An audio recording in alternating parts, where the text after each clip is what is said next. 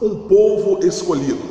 Depois da falha do homem, Deus escolheu uma nação através da qual ele poderia estender seu reino por todo o mundo.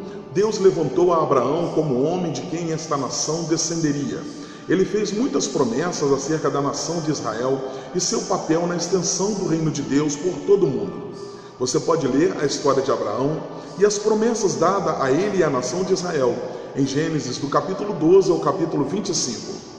A nação de Israel foi escolhida para um propósito, não um privilégio.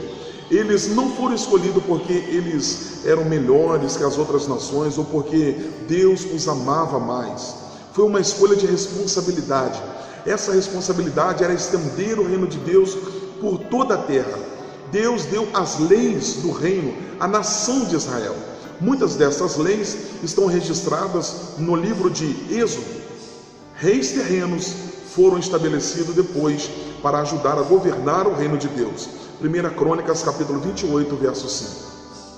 Porém, a nação de Israel falhou em sua responsabilidade de estender o reino.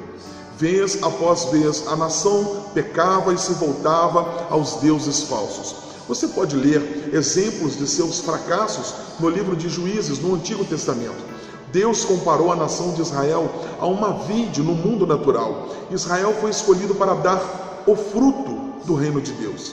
Finalmente, Deus disse sobre Israel: Israel é vide luxuriante, que dá o fruto segundo a abundância do seu fruto. Assim multiplicou os altares. Quando melhor a terra, tanto mais belas colunas fizeram. O seu coração é falso, por isso serão culpados. O Senhor quebrará os seus altares e deitará abaixo as colunas. Agora, pois, dirão eles: não temos reis, porque não tememos ao Senhor. E o rei, que faria por nós? Oséias capítulo 10, do verso 1 ao 3. Eu mesmo te plantei como vide excelente, da semente mais pura.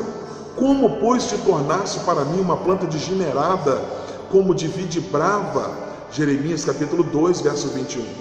Devido à sua rejeição do reino de Deus e o fracasso em cumprir a responsabilidade de sua extensão, Israel se tornou uma nação dividida. Eles estavam separados nas nações de Israel e Judá. Finalmente, as duas nações foram conquistadas e foram governadas pelas nações pagãs. Apesar do fracasso de Israel, Deus prometeu que seu reino algum dia seria restaurado na forma visível e Israel seria de novo parte dele. Através dos profetas, Deus deu muitas promessas sobre o rei que viria e o reino de Deus em sua forma futura. Promessas foram feitas a Davi, a Jeremias, promessas foram dadas a Isaías, também foram dadas promessas a Ezequiel, Joel, Zacarias, Amós e Miqueias. Leia todas as referências para o seu crescimento espiritual. Havia muitas outras promessas dadas acerca do reino, além dessas que foram listadas aqui. A nação de Israel esperou pela vinda de um Messias que cumpriria essas grandes promessas. Eles esperavam por um rei que os libertaria do controle das outras nações. Eles esperavam pelo reino que eles haviam perdido, para que eles fossem restaurados na forma visível.